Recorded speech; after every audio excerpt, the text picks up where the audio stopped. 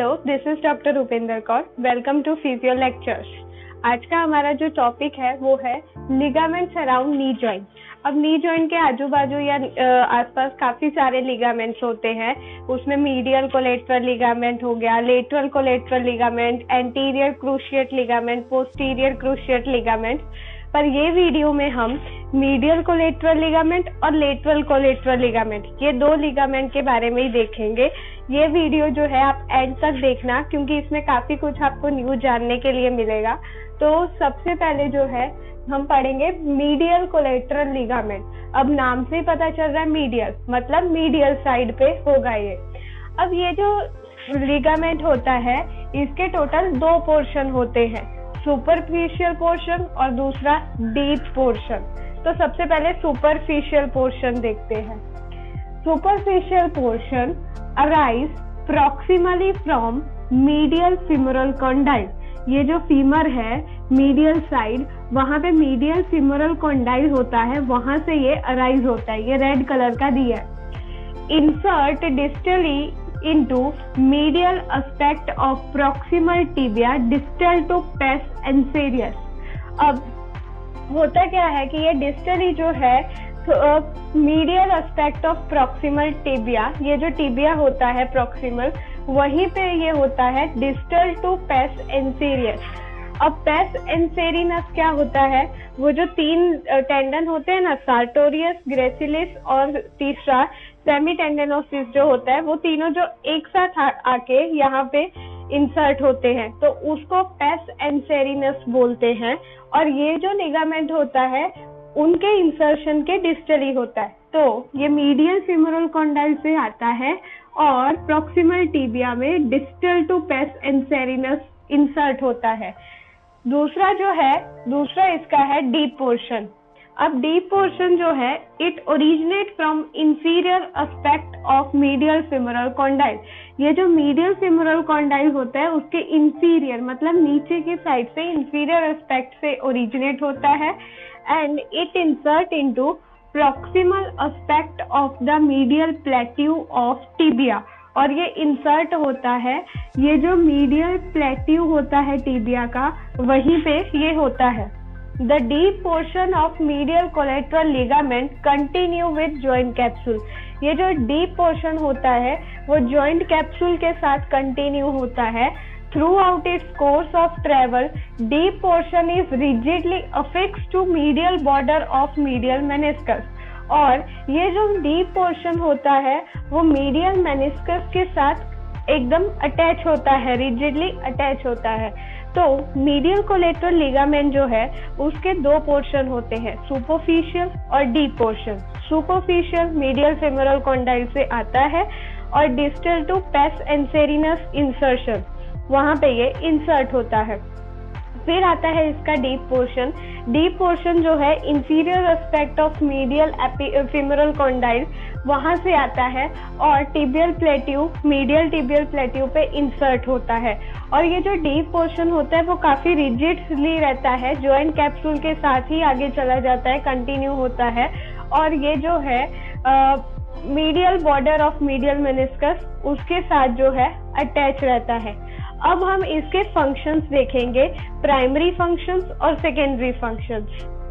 अब सबसे पहले प्राइमरी फंक्शंस जो होते हैं मीडियल कोलेटरल लिगामेंट के, उसमें देखते हैं। सबसे पहला है कि it restrain to excessive valgus और एब्डक्शन और लेटरल टिबियल रोटेशन। अब ये जो है मीडियल साइड होता है, तो इस तरह से जो है लेग जो है उसमें ये जो है इस तरह से वाल्गस फोर्स जो है उसको प्रिवेंट करता है और लेटरल टिबियल रोटेशन जो होता है उसको प्रिवेंट करता है, वाल्गस और लेटरल टिबियल रोटेशन को।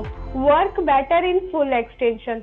अब मीडियल कोलेटरल लिगामेंट जो होता है वो अगर नी जब फुल एक्सटेंशन में हो तब कंप्लीटली टॉट होता है, तो उसमें वो ज्यादा अच्छे से वर्क करता है।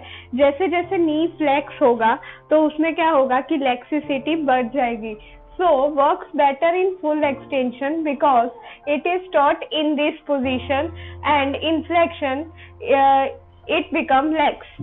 अब यहाँ पे कुछ दिया है कि जब फुल एक्सटेंशन होती है तब ये जो मीडियल कोलेटरल लिगामेंट है वो 57% रिस्ट्रेनिंग फोर्स ही लगाता है। लेकिन जैसे ही 25 डिग्री फ्लेक्स होता है नी, तब ये जो है 78% रिस्ट्रेनिंग फोर्स लगाता है। तो फुल एक्सटेंशन जो है तब 57% रिस्ट्रेनिंग फोर्स है, लेकिन जब नी स्लाइटली फ्लेक्स करते हैं 25 डिग्री जितना, तो 78% रिस्ट्रेनिंग फोर्स हो जाता है। उसका रीजन ये है कि जब फुल एक्सटेंशन में होता है नी, तब सिर्फ medial collateral ligament restraining force नहीं लगाता है, उस टाइम पे जो है एंटीरियर क्रूशिएट लिगामेंट और पोस्टीरो मीडियल जॉइंट कैप्सूल जो है वो भी रिस्ट्रेनिंग फोर्स लगाते हैं। तो इसको मैक्सिमम वर्क करने की जरूरत नहीं है। लेकिन जब जैसे ही 25 डिग्री फ्लेक्शन होता है, तब वो सबका काम, बाकी के जो लिगामेंट्स होते हैं उनका काम कम हो जाता है और इसको जो है ज्यादा रिस्ट्रेनिंग फोर्स लगाना पड़ता है। तो ये इसके प्राइमरी फंक्शन है।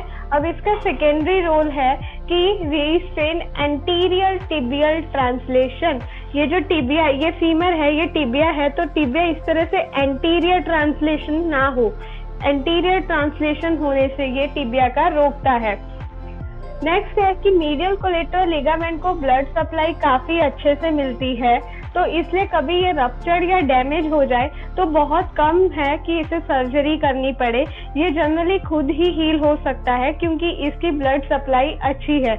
बहुत रेयर केसेस होते हैं जब इसकी सर्जरी करनी पड़े। अब हम देखेंगे लेटरल कोलेटरल लिगामेंट के बारे में।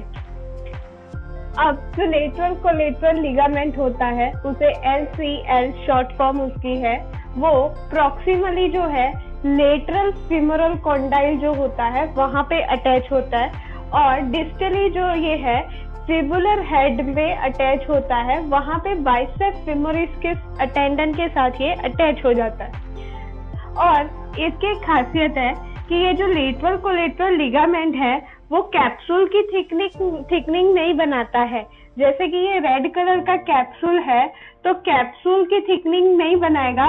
लेटरल कोलेटरल लिगामेंट अलग ही होता है, ये एक्स्ट्रा कैप्सुलर लिगामेंट होता है। सो LCL मतलब lateral collateral ligament do not form thickening of capsule, ये कैप्सूल की थिकनिंग नहीं बनाता है। It is separate and form the extra capsular ligament. अब इसके फंक्शन, ये जो है वारस फोर्स जो होता है उसको रिस्ट्रेन करता है। मतलब ये लेग है तो इस तरह से जो अंदर की तरफ फोर्स लगती है उसे रिस्ट्रेन करता है। वारस और वाल्गस फोर्स, इसके बारे में जानना हो तो पीछे के वीडियोस हैं जेनु वाल्गम और जेनु वारस, उसमें इसके बारे में बताया हुआ है। उसका लिंक डिस्क्रिप्शन में आपको दिया भी है, अगर आप वो देखना चाहो तो लिंक पे क्लिक करना। तो सबसे पहला जो है लेटरल कोलेटरल लिगामेंट का फंक्शन है कि इट रिस्ट्रेन वारस फोर्स। दूसरा कि ये जो है restrain excessive lateral rotation of tibia, tibia का जो एक्सेसिव लेटरल रोटेशन होता है उसे रोकता है।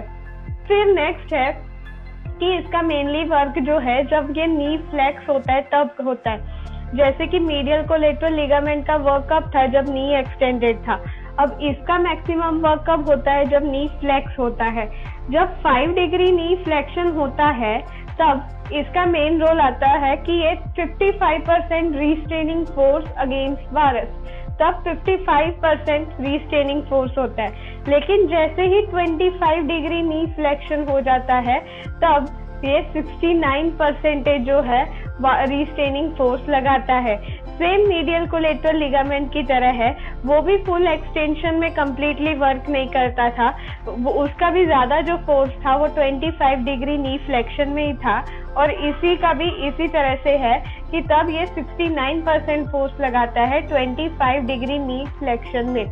तो ये था मीडियल और लेटरल कोलेटरल लिगामेंट के बारे में। अगर आपको कोई भी क्वेरी हो तो कमेंट सेक्शन में बता सकते हो, या फिर आपको कोई भी और टॉपिक सजेस्ट करना हो तो वो भी कमेंट सेक्शन में बता सकते हो।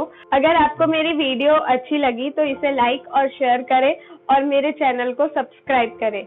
Thank you.